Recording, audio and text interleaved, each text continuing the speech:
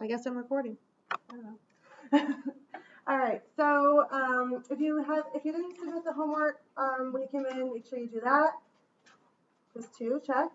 Done. We're going to do our lecture on eukaryotic microbes, which isn't a super long lecture, but there's definitely some names to learn of some organisms, so that's kind of the trickiest part of this section. And then we'll just quickly go over what to do to prepare for exam 1, and then I'll take us right to the end. So we only have about 45 minutes left. Come on.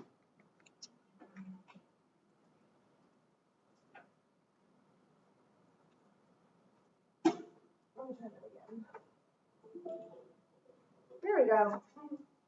All right, so let's first talk just about eukaryotes in general, right? We've got our eukaryotes, which are, as a contrast to last class, we talked about prokaryotes, right? We're going to talk about eukaryotic microbes today. So organisms that have a nucleus, a membrane around their genetic material, as well as membranes around their organelles, and more of them are unicellular than multicellular because there is just more there is more diversity in unicellular organisms. We probably would assume there's more multicellular because that's what we see like in our everyday. But picture a scoop of pond water and how much diversity there would be in just like a scoop of pond water versus like a neighborhood.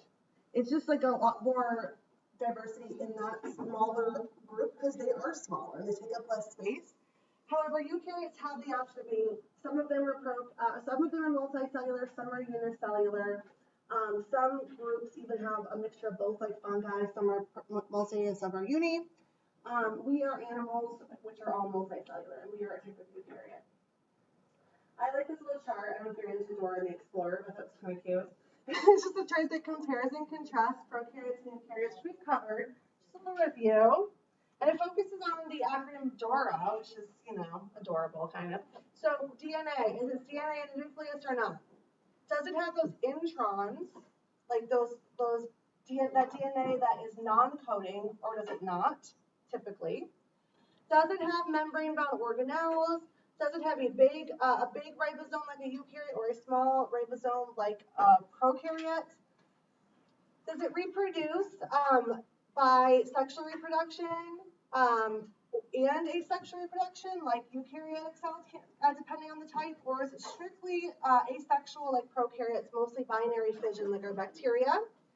Is there just a single chromosome, like prokaryotes, or is there the possibility of multiple paired chromosomes? If you remember from biology, anyone remember how many typical human has for chromosomes? 46, right? Yep, when they pair up, 23 pairs or 46. Good. And then prokaryotes tend to be smaller than eukaryotes. So again, key characteristics, that nucleus is the big one, a membrane around the nucleus. Our DNA, we're eukaryotes, instead of having a single circular chromosome before our cells divide, our DNA condenses into linear, ours even does this double helical shape, chromosomes, and they pair up. Our organelles are membrane bound. So we have, endoplasmic reticulum, Golgi apparatus, lysosomes. The list goes on and on. Plants have chloroplasts. We have mitochondria. So those are just some examples of those membrane bound organelles. Eukaryotic cells are typically larger and more complex. And some have cell walls. Prokaryotes, we're talking most have cell walls. Eukaryotes, it depends. Plant cells, no cell walls. Animal cells, plant cells, yes, cell walls. Animal cells, no cell walls. Right? We don't have cell walls, or we'd be really, really rigid. And again, some are unicellular, some are multicellular. There's more diversity in that unicellular group just because they're smaller, they take up less space, so there's more room to have a bigger variety of them. And again, some sexual reproduction, like animals are sexually reproducing organisms. Some asexual plants, plants can do both typically. So some plants are sexually reproducing and release pollen. Some plants, you can like cut off a piece and put it into a planter, right? And you can grow more of it. That's a type of asexual reproduction. So think one parent versus two. So there's more variety in terms of reproduction, cellular arrangement, uni versus multi, cell wall not. There's a lot of variety in the eukaryotic group. Now, in like younger level biology, like middle school, high school, as well as even when I was even in college, we learned eukaryotic organisms into these kingdoms. We learned that for our kingdoms, we have our eukaryotic kingdoms that are either plants, animals, protists, or fungi. We're going to talk today how protists is kind of going away. We're not really using that term anymore in biology. So if you've taken biology recently, like a regular, like general level, you might have talked about this, like Gen Bio 1 and 2, which I think most of you either just took fundamental or you took biology a long time ago. If that's the case, you learned protists as a group. However, that was sort of like a catch-all group. It was like anyone that doesn't fit into the other groups got put into protists. Well, we can do better than that now that we are able to sequence DNA. We're able to look and do more specific intentional grouping than that. So we're going to learn today about supergroups, which are kind of how we group eukaryotes now, instead of using this more old school kingdom type of grouping. We still use these in like regular talk, like we'll say like the plant kingdom and the animal kingdom. When we're really talking about taxonomy, really talking about classifying eukaryotes, we use supergroups because protists can be put into all of the groups. Instead of saying they're kind of like animals, there are ones that actually are in the same subdivision as animals, and that subdivision is called a supergroup. So historically, right, we had these groups, and then when we grouped our protists, we even subgrouped them as plant-like, animal-like, and fungus-like. And we call the animal-like protozoans, the plant-like algae, and the fungus-like some people call water molds or slime molds. And then when you learn about protists, we learn that they tend to just sort of like move by floating around, or maybe they're slightly motile. They might have like a flagellum or some cilia to move them around. And we group them then based on if they do photosynthesis or if they don't do photosynthesis, and maybe they can move around. And some even are photosynthetic and can move around. So we group them based on what they are most like. But now we've stopped doing this. We stopped just making this whole kingdom of protists, and now we've plugged them into whole other groups called supergroups. So if you read the textbook, it gets really detailed into the supergroups, like way more detailed than you need. So you might have been like, what are these words? Some of the names of the supergroups are really hard to pronounce. We've got excavata, chroma alveolata, rhizaria, archaeplastida, amoebozoa, and the worst one to pronounce, Opus thoncanta. It's always like I have to slow down when I say it because I get myself all tongue twisted. So protists are in all of these. Protists are found in all of these different eukaryotic supergroups. You might notice that animals and fungi are down here. Well, we've got some protists here too. We've got some amoebas and molds in our amoebozoa group, which is like amoebas, protozoa. Plants are in this archaeplastida group, which are really ones that are photosynthetic. And plastid, we talked about how that's in bacteria. That's a type of DNA that's like the circular DNA that can be passed from one bacteria to another. Well, plastid really just means like a material that has its own DNA. So if you think about the word chloroplast, and we talk about how with the endosymbiont theory, how eukaryotes had evolved because of prokaryotes engulfing some cyanobacteria, which have evolved now into our chloroplasts, as well as some single-celled organisms that resemble our mitochondria. Those are types of plastids because they have their own DNA. And then these archaeplastids have these other single cells that have their like own DNA area, and they have this ancient history, and they can do photosynthesis. So these are ones that are either have chloroplasts or have something similar to a chloroplast, like an early version of it. We're not going to talk about rhizaria at all. And Chroma alveolata, those are our tiny little dinoflagellates, diatoms, like single-celled, what used to be called protists. And then excavata, those are going to be, we'll talk about them in the sense of Giardia, which is an infectious protozoan that you can get if you drink the river water. So we'll talk about some of these, not all of them, but we're not going to talk about every one on this list either. I'm going to be really specific as to which ones of these are going to be on our radar at all. But these are the 6 eukaryotic supergroups, and this is pretty new. These have been like being added to textbooks within the past 5 or so years. So kind of cutting edge stuff, but big scary words. So but it's more accurate because it shows this evolutionary ancestor. Before, the group of protists were just really random. They're just like whatever didn't fit into the other groups we put into this kingdom called protists, but it didn't mean anything. There was no evolutionary ancestry. All right, so just to kind of summarize what I just said, we don't use the kingdom protists anymore because it was this outdated junk drawer to put anyone who didn't fit into plants, fungi, animals, or bacteria. And they weren't really related. There wasn't really a real reason to it. It wasn't a true kingdom. We called it a kingdom, but again, it was just sort of like a place filler until we knew more, which we know more now. Our modern system are these supergroups instead, and they're based on an actual DNA, genetic history, and evolutionary ancestry. So they're basing these on when did they branch off from a recent common ancestor. So it's just like a more real way to group eukaryotes. All right. So the ones that we're going to be talking about, again, there's 6. We're only going to even really talk at all about these 4. So you can completely ignore Rhizaria and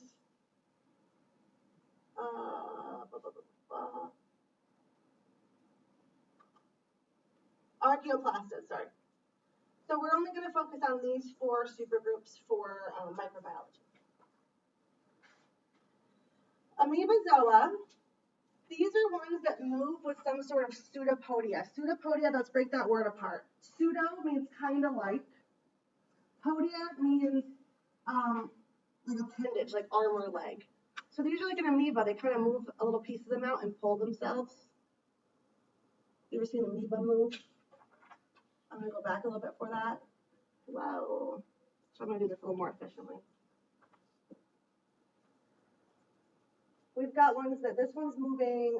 This is a moving guy here. It's moving with some appendages. Some looks like it has some cilia or flagella.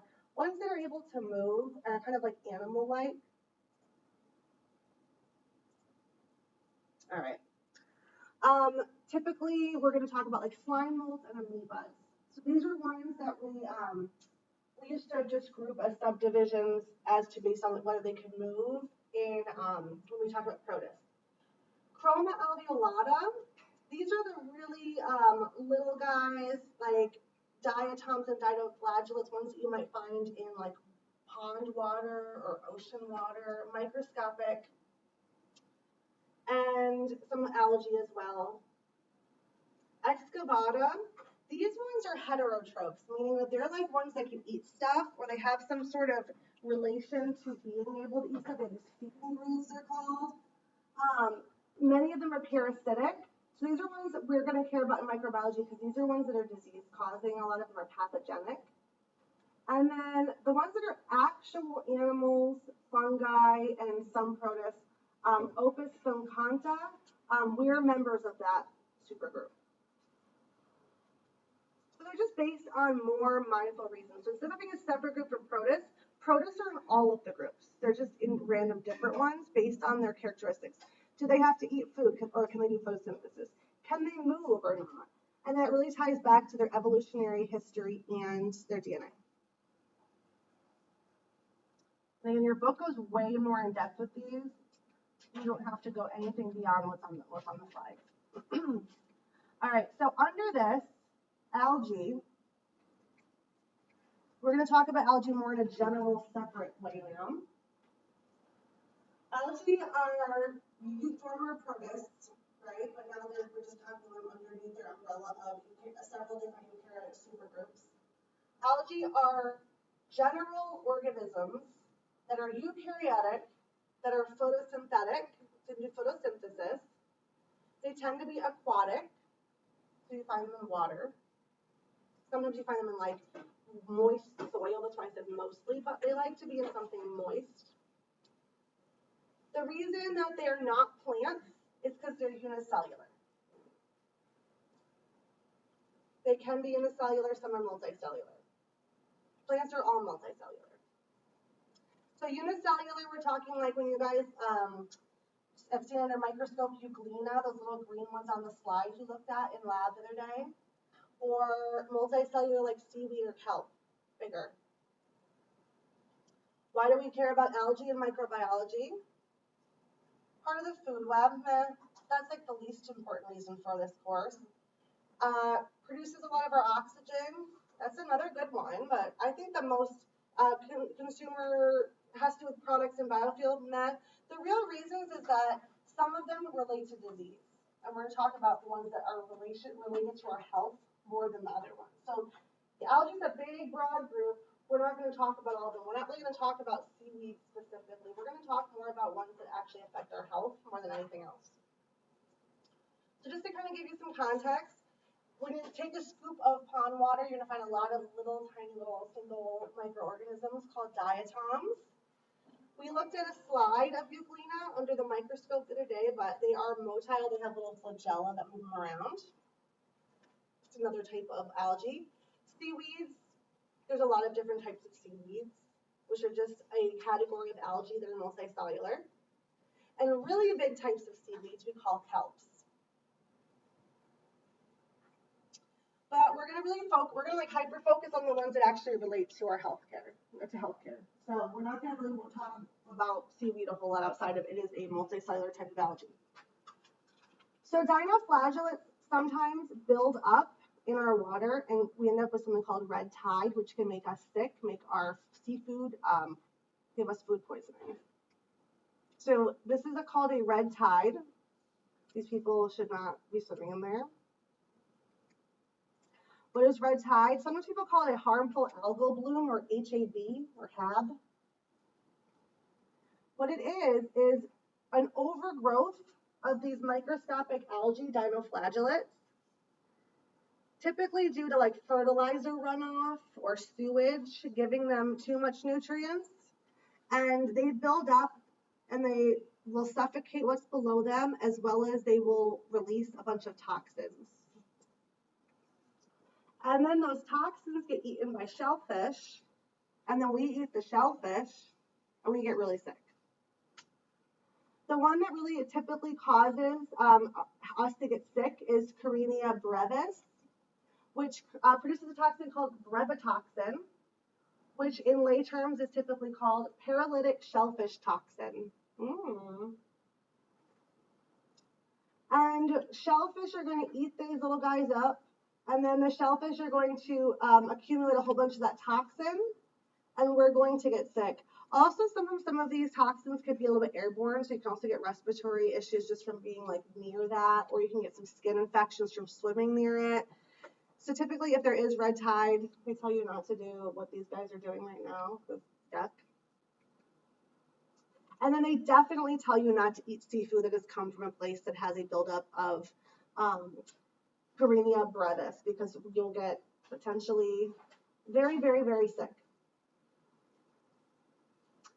So what happens again is these dinoflagellates are going to build up because they're either fertilizer is run off and give them a whole bunch of nutrients, or sometimes some sewage runs off and gives them nutrients. And they're going to hatch. They're going to release some particles down. They're going to release their actual little larvae down. Then those cysts that they're going to have to kind of protect them till they're at a good stage of development, the shellfish will eat. And then we eat the shellfish and we get sick.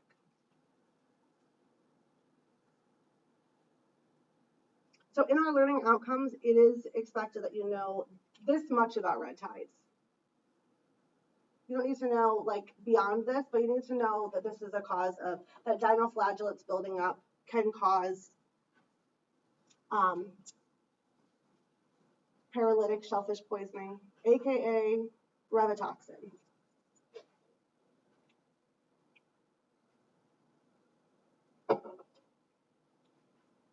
All right.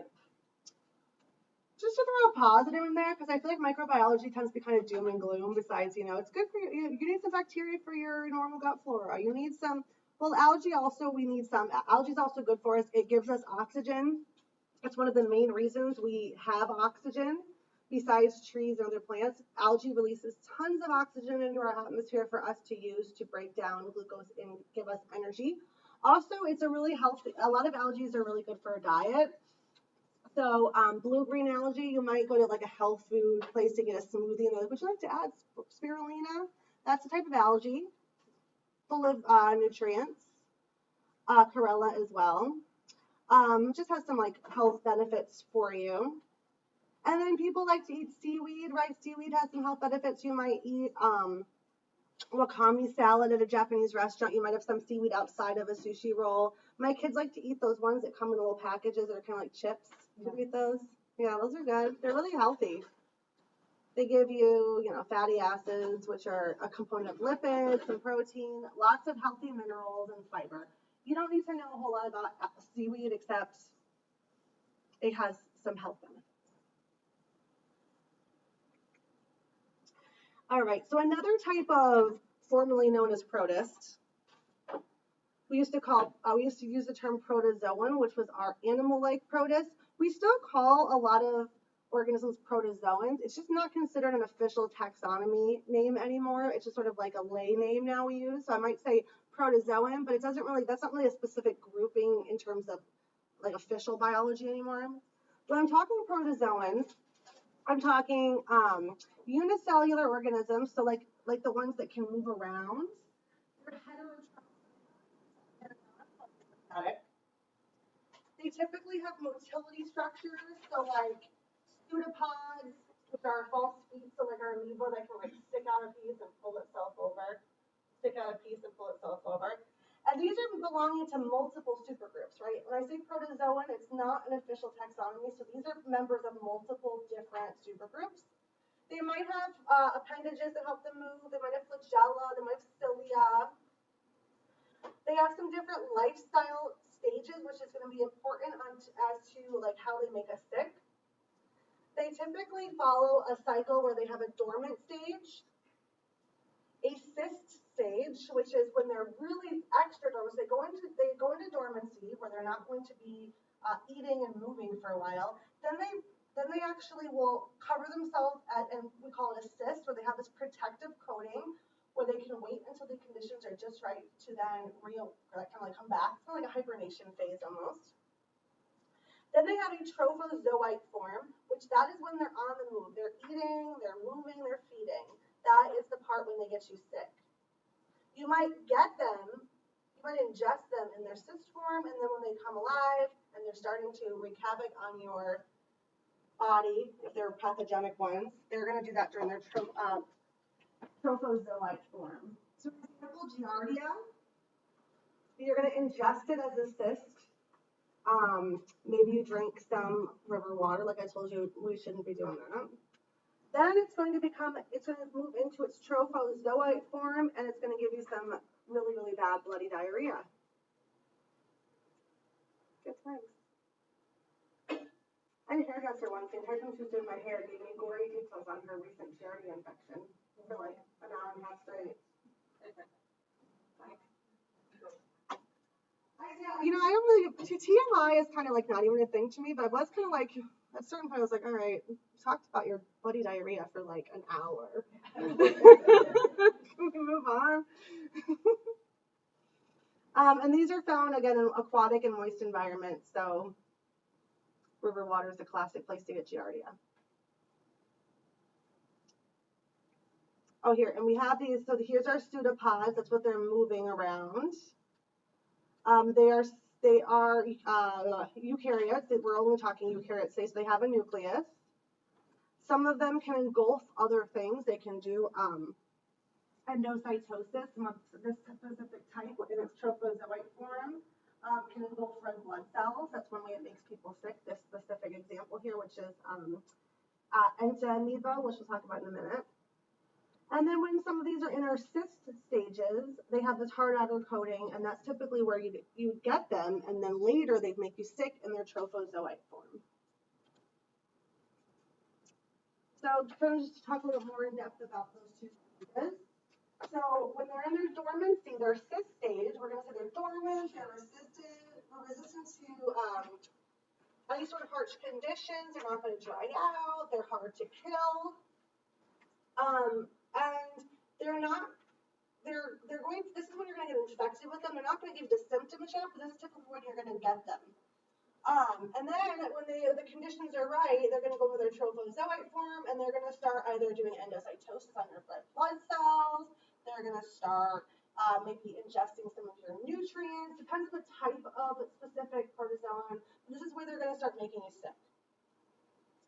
They're not going to survive long, like in water, for instance, in this stage, typically, like if they're in, if they're on the move, they're just kind of floating in their cyst stage. But when they're in a healthy environment where they're going to be able to eat and be, happy and, parasitic, they're going to turn into trophozoite form. A couple examples here. Entamoeba histolytica is going to give you an intestinal infection.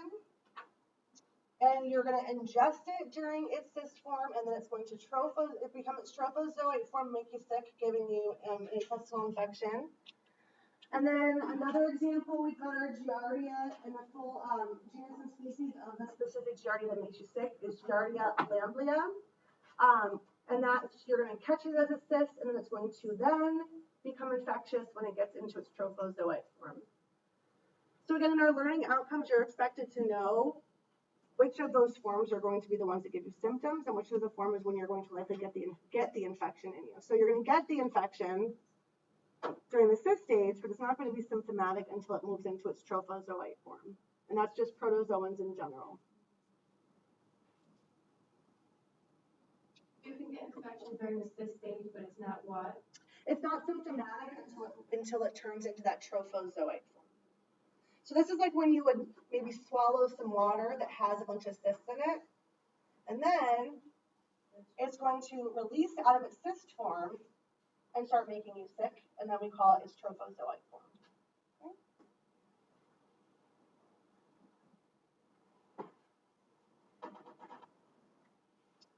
So just to kind of summarize, I'm still talking protozoans. Still, this is a very non-specific grouping of eukaryotes. It's just there are some from every super group in this category. This is just ones that we tend to identify because they are unicellular, they have to eat stuff, they're heterotrophs.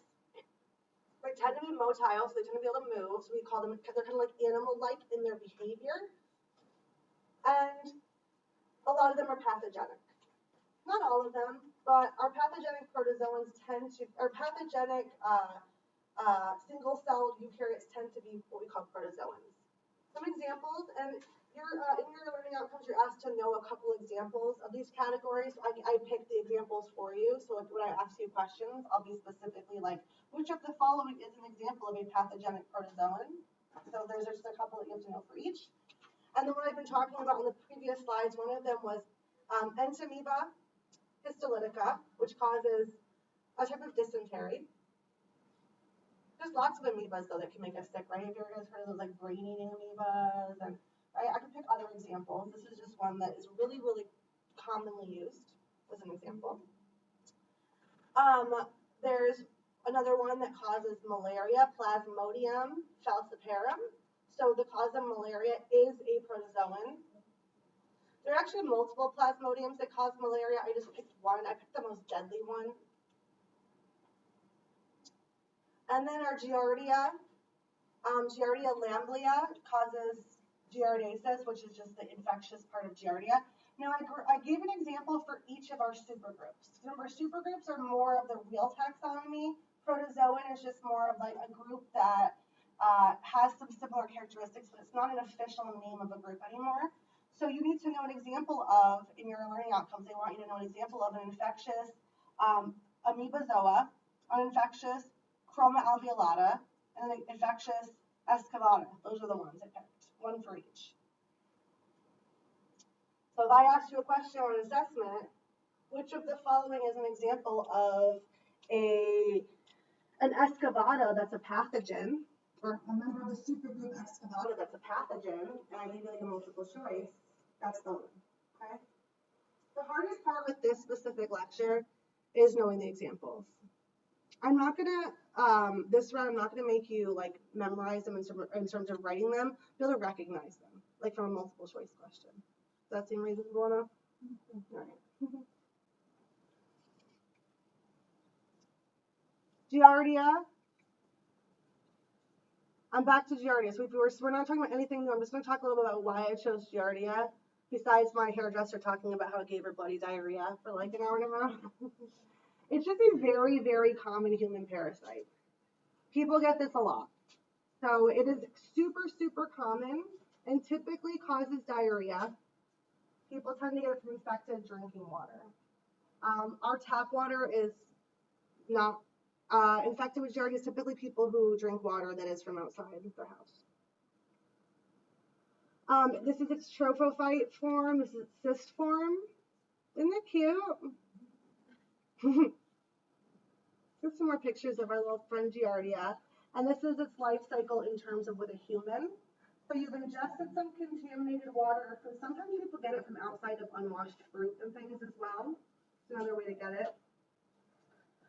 So ingesting the cyst form goes into your digestive tract, releases its cyst form, turns into its trophozoite form, and then either when it comes out through your feces, if it comes out in the cyst form, it's a lot more likely to infect other people. If it comes out in the trophozoite form, it tends to die in the environment. So another reason though why hand washing after going to the bathroom is super important, right? Because potentially you're passing Giardia also through fecal matter or many other infections in its cyst form through fecal matter.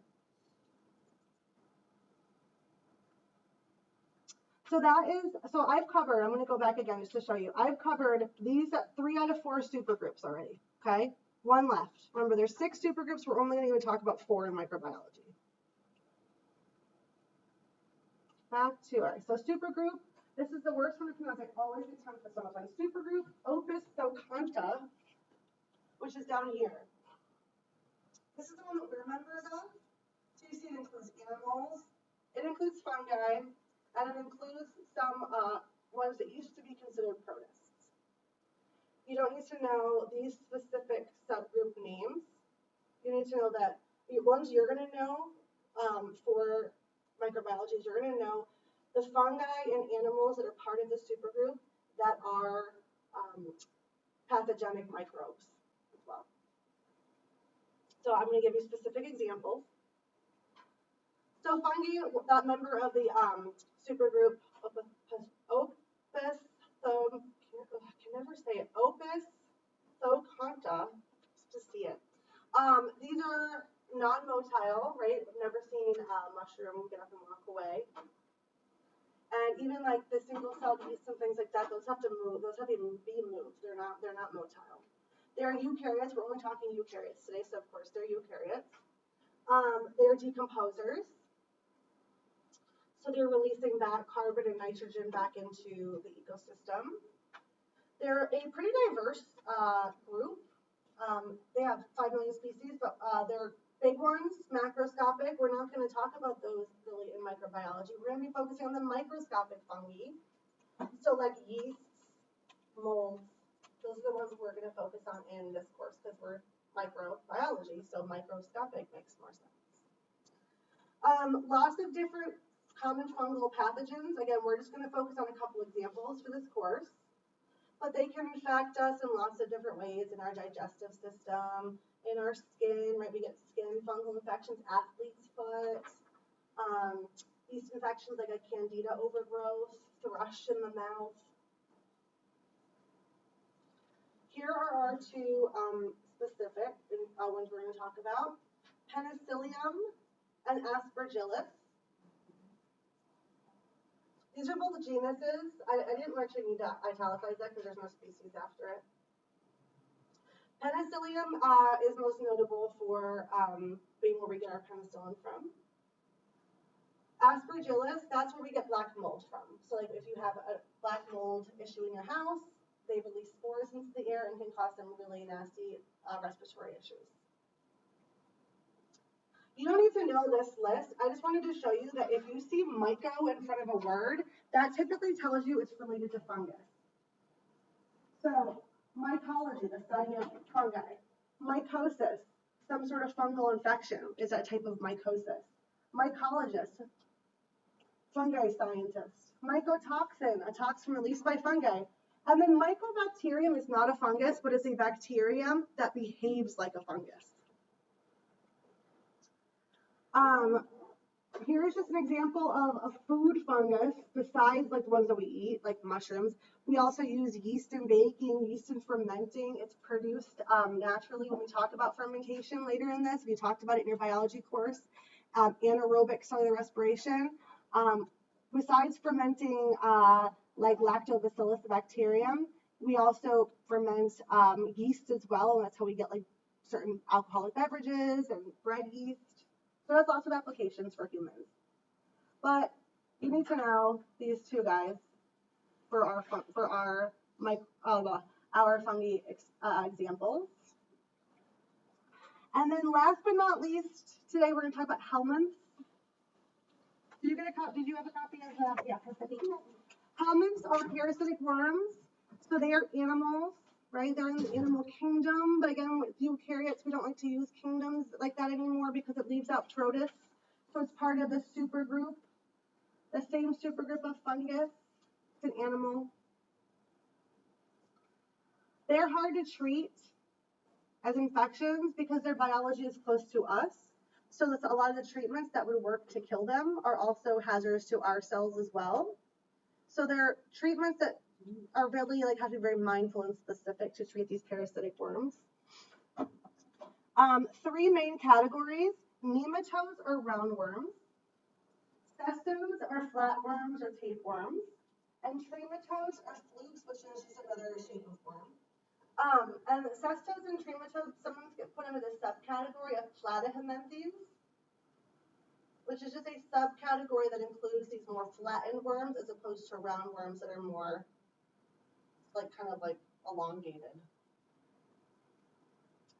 So I told you I was going to give an example for each really specifically, so that it's a little bit easier to study rather than just like giving you a whole list of them and I might ask you one, which is kind of what the textbook does. I'm picking one for you to know, so you know exactly what to prepare for.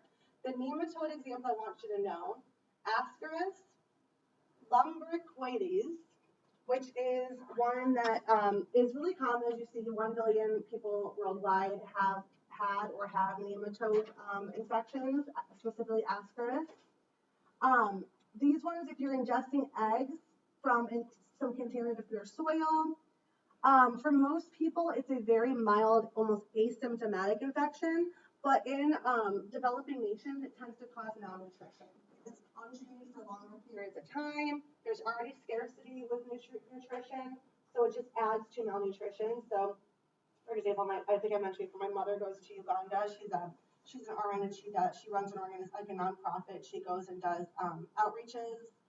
And one of the things she does is she just treats children, like right off the bat, just gives deworming treatments to children in communities because so many people in this population have nematode infections that don't really know because it doesn't cause like these major glaring symptoms, but it just adds to the malnutrition piece. So it's something like important to just take care of.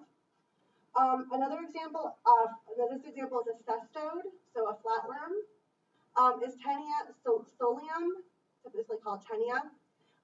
This one we often get from undercooked pork, so that's why pork is one of those meats that you don't want to have pink typically. You're at risk for having cestode worms, and typically they're intestinal. Sometimes the larvae can live in brain tissue as well, or muscle tissue. Can typically ends up like digestive, intestinal, gastritis resembling kind of symptoms. But if those larvae are in the brain tissue for a while, they can eventually cause some pretty severe seizure disorders as well. Last but not least, trematode example.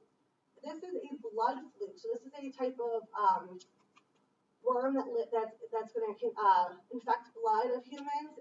Schistosoma is typically what people call it, but Schistosoma mansoni would be the actual genus and species name.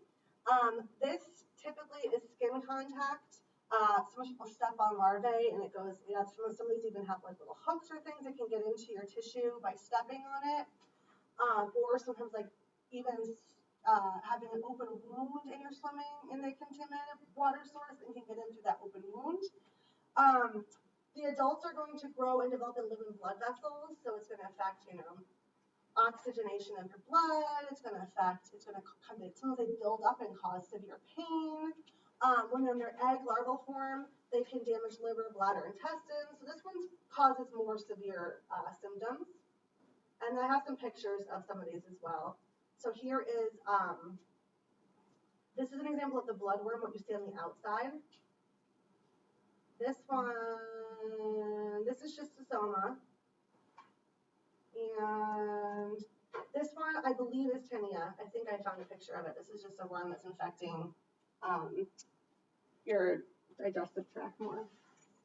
They're tested for by an OMP test, an oviparasite stool test. They would take a stool sample, and they would look for eggs mostly, larval or even just as small as eggs. They're going to take a stool sample, they're going to centrifuge it, so they're going to put it in this circulating tubes that spin really, really, really fast and basically separate out the particles. So they're going to separate, like by density, they're going to separate out the actual eggs, and they're going to dye them and look under a microscope and actually specifically diagnose that parasite. And that is, so we talked about, so it's a lot, yes. Can you just go back one? Yeah, sure. Absolutely. So today we talked about our eukaryotic microbes, which tends to be like one of those lectures that just feels like a lot, but really we're getting like an example of each. Out of all 6 supergroups, you need to know you need 4 of them, and you need to know an example for each of them. Then we've got those subcategories of just some similar characteristics of protozoans, algae. You want to know a little bit about fungi, a little bit about helminths, but really everything on this slide is it. The book goes so much further than this. Don't get yourself all crazy with that. So as for, how's that? No problem. So as for how to prepare for exam 1, I have a study guide here. It's also posted on Moodle. It is double-sided just because I tried to not staple it, just like a little bit had to go on the back. I really am like blowing the test off of the exact same information. So just really take a good look at the study guide. I also posted a Quizlet. You've got lecture slides. It's going to be, the first lecture was just like review of general biology and get to know the syllabus. So ignore lecture 1, lecture 2, 3, 4, 5. Okay. I'm going to give you your quiz 1 back as you leave. I have those ready to give you.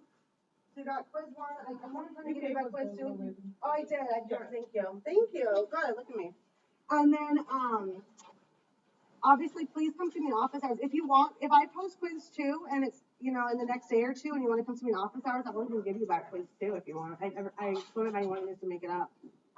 So that's an option. I'm in my office more than office hours though, so you can reach out outside of those and see. I'm typically, like tomorrow I'm in my office from like noon to 3. And then Friday I'm in my office like from like 11 to 3. So like, I have a lot of big gaps in my day, so you can probably find me for help too. Alrighty? That took us right down to the wire pretty much. So that's it. That's my spiel. Yeah, sure. Monday's just the exam. Yep. No, We still have a lab, right? we still have lab. Double month in the summer.